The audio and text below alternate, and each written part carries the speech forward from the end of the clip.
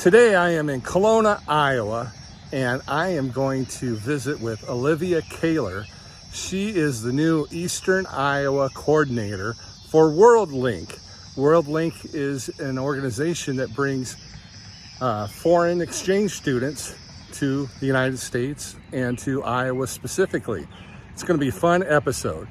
And this episode is brought to you by Griner Auto Body of Washington, Iowa, using state-of-the-art techniques and decades of experience to get your car back on the road after an accident. Car Doctor of Washington, Iowa, no matter who Frankensteined it, they can fix and clean and customize it. McDonald Boneyard of Keota, Iowa, for all of your farm equipment and auto recycling needs. Hinshaw Trailer Cells of Richland, Iowa. You need a trailer, they've got your trailer, and they fix what they sell and don't in their full-time repair shop. Girling Repair of Winfield, Iowa. If your mower is dead, call Fred, your Husqvarna, Aaron's, and Gravely dealer. B&B Propane and the family of Jet Stops. And Blue Dog Lawn Care of Wayland, Iowa, for all of your commercial and residential lawn care needs. And when that snow starts flying, they take care of snow removal too. And they all present Southeast Iowa today. I'm John Bain, author of Christie's Journey, The Beat Goes On, and your host. Let's visit with Olivia. Today, I am with the newest Eastern Iowa WorldLink coordinator, Olivia Kaler. Olivia, welcome to the program. Hi, John. How's it going? It's going good. I've got lots of questions about it. Can you tell us a little bit about WorldLink, Absolutely. what it is? WorldLink is a nonprofit organization headquartered here in Kelowna. It is a foreign exchange student program, bringing students from other countries here to experience America. That sounds pretty cool. Yeah. They've been working since 2002. WorldLink was founded in 2002. In that time, their founders also worked a different foreign exchange program from 1993 on. So a total from 1993 till now, they've served over 4,000 student participants, bringing them to school districts across America. Wow. WorldLink places students in 6 states. Iowa is one of 6 states. This year's group, there were 139 foreign students that are top-ranked, high-merit, gold honor roll students that are allowed to come over here and experience America for the school year. Now, you mentioned 6 total states. I'm going to put you on the spot a little bit. What are the other states besides Iowa? Illinois, Okay. Ohio, and Michigan, rounding out the Midwest. Yeah. And then we have Colorado, California, and Montana. Very cool. On the other side. So, out of those 139 kids, or students, first of all, I should say, what age are they when they come over? And Sure. Do you know what countries they come from? I forgot a state. Okay. Texas. Oh, Texas. How can we forget How Texas? can I forget Texas? It's the You biggest can one. you can stick all of Europe in Texas. I could. Yes. Texas is also involved. Okay. So, what countries are the students coming from? Was that the question? Yep. So they're coming from former Soviet Union countries, the Balkan region. We have students from Northern Africa. Most recently, we've added the Middle East and Southeast and Central Asia. Wow. Yes. So, how does Kelowna, Iowa, get to be kind of a hub for this? Believe it or not, the founders were part of the foreign exchange programs when they were students. They themselves. Okay. So Kurt and Lana Stutzman are their names. They've lived here forever. I went to school with their kids. Okay. And they were part of the National FFA organization as well as the Russian Rural Youth Union. And there was a merger of those 2 programs when Kurt and Lana were both involved in that merger. They decided to create their own foreign exchange program out of that. Well, that's very interesting. Yeah. And then it's quite the story. And then very cool. You know them? I do know them. Yep. Lana herself was born and raised in Russia before she came here. And they met working through this one of these programs, not WorldLink, but they met working with these programs and creating that merger between the FFA organization where Kurt was a part of and the Russian youth program that Lana was a part of, and that's pretty neat. The rest is history. They've now started their own. And then you know a lot of people, and they're do. like, you would be a good coordinator to get families involved. That was the hope. Yes, the hope was, I've been in this community my entire life, 30 some years, not going to tell you how many. And the hope was that I was just outgoing enough and friendly enough to maybe find some people here in town that would be willing and eager to provide homes for the students for a school year. Just one. Now we're recording this on July 8th, 2024. Correct. You've only been at this for a couple weeks? A couple weeks. Yeah. Students, however, will arrive in August. Wow. So we need host families quick. All right. We want this to be a quick turnaround. If this sounds at all interesting to you.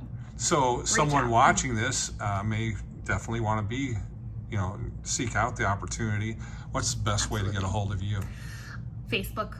Okay. Yep, you can search Olivia Kaler on Facebook. You'll find me. Okay. And then the other thing is the actual application is just right on the worldlinkinc.org website. The very initial step, with you filling out the application and telling the application your address, it will get forwarded to me then as the Eastern Iowa coordinator. You would be in my jurisdiction. And then once you get the application, I'm sure you look through it. And then oh yeah, we go through it with fine-tooth comb. Uh-huh. Anyone over the age of 18 that lives in a home that wants to host will be required to have a background check.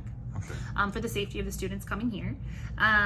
We will do a quick home visit. I'll come and see you and make sure you have everything that is necessary for you to be a host family. That includes a bed that is on a frame.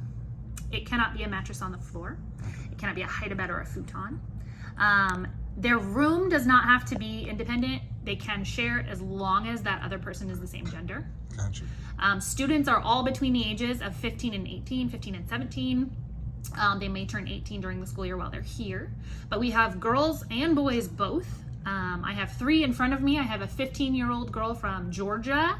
I have a 17-year-old boy from Lithuania and a 15-year-old boy from Serbia. They all speak English. They're all top of their class. They undergo a large amount of work in order to be chosen to participate in this program. They get interviewed, they write papers and essays, they give speeches in person in front of crowds. They complete volunteer hours in order to make themselves high class enough, I guess, to be involved in this program. And I was thinking, they're great students. They're from a different country, and they speak English, and they also their native country may not speak English, so they are at least bilingual, if not more. If not more, so they're way ahead of me, yeah, and maybe a lot of other people. Yeah. But I would think that you would also say people that want to be host families should not be intimidated by that. Not at all. You will learn a lot from these students just as much as they're dying to learn from you. These kids want to come over here and experience America for themselves, but they're going to teach you a lot while they're here. Yeah.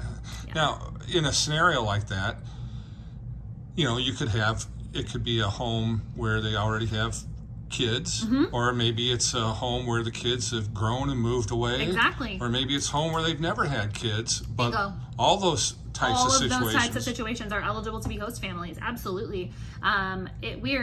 We are excited to find new host families. We're excited to reuse host families that have hosted in the past.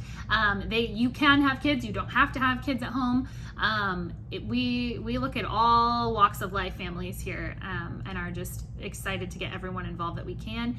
The only other thing as a host family that you have to provide besides a bed is transportation to and from school and 3 meals a day. And then I'm thinking, okay, so they're here in August, and I'm assuming the year is the school year, August through May. Correct. I'm guessing. A lot goes on. There's holidays and things like that. I mean, this person will be your family. Correct. They're part of your family, so they will. Whatever functions and ways you celebrate, that'll be your way to introduce them to that. Precisely. And yes. learn how they celebrate their holidays and such. That's exactly right. We want you to feel like, you have another member of your family for a year. You have one more member of your family. And by celebrating holidays the way that you do, you're teaching them something. They're learning from you the way that you celebrate a birthday, the way that you celebrate Easter. Then they're gonna probably share their heritage and their celebrations with you as well, their culture. They love to cook, they love to dance. Some of them play piano. Some of them want to be involved in musical theater and plays and things at school. So you might even get to go to functions at school, in the school district, that you've never been to before, because these students want to participate in all of those things. It's, it can just be a really wonderful opportunity for the host family as well. It's just such a great way to open doors. Yeah, it kind of makes our world smaller too. It does. It does. It's so great.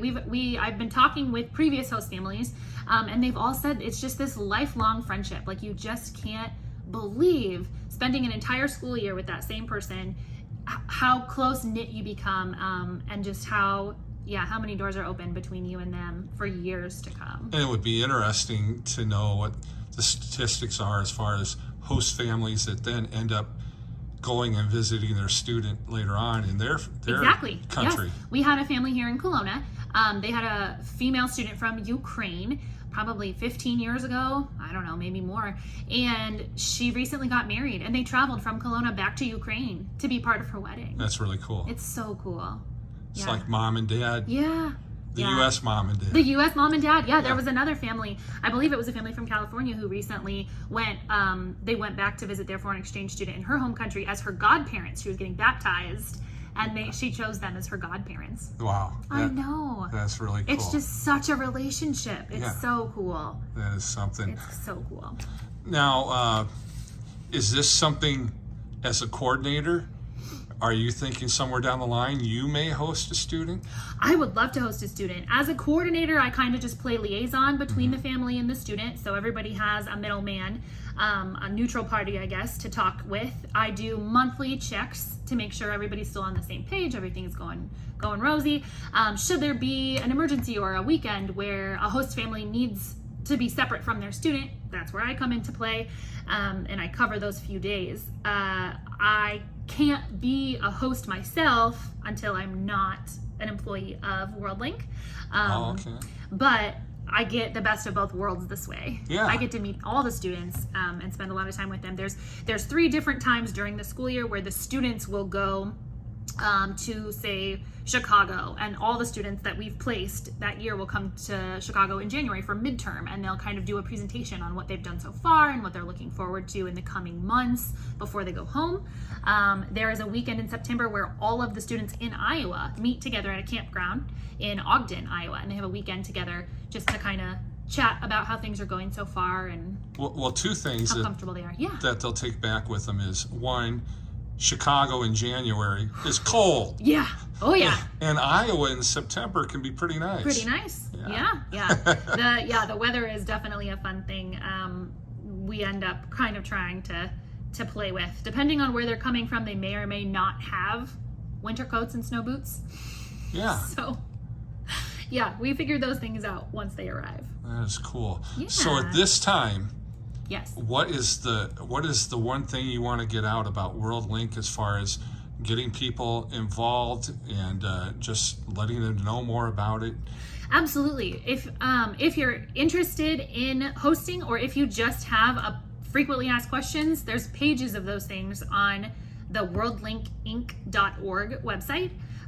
Every frequently asked question that's listed on there has a video explanation that goes with it to answer your question. The application to host is on there. I have profiles of students if you have something in mind. If you want a student that plays basketball, or you want a female student because you have a female student, I will answer all those questions for you. I will happily show you profiles if you want to kind of gather what all you get to know about your student before you meet them. We are looking to place students at Mid-Prairie, at Hillcrest, at Waco, Washington, Keota, just the surrounding school districts. We would love to place students in all those places. If you are in one of those school districts and would like a student, please reach out. And it sounds like let the us school know. districts would like to have them. They would love to. Yeah, they've all okayed it. They're all looking forward to it. We just need families. All right. Well, we've had that information up on the screen. Hopefully, Great. if someone got to this point and doesn't see it on the screen, they'll back this up a little bit and look at it one more time. We'll also have it Fabulous. in the description of the show. Love Newly appointed World Link Eastern Iowa coordinator Yes. Olivia Kaler, I wish you all the best on this. I Thank you. wish World Link the best, and I hope sometime in the near future maybe we can have a couple students on. Oh, that would be amazing. That would be fun, wouldn't That it? would be so fun. All right. Well, Yes. thank you. Thank you. Have a great day. Thanks to Olivia Kaler, and thanks to you for watching. Can you do me one more favor? If you like our podcast episodes, please remember to like, follow, and subscribe. Come on, just give me a like, push that little subscribe button. I'd sure appreciate it.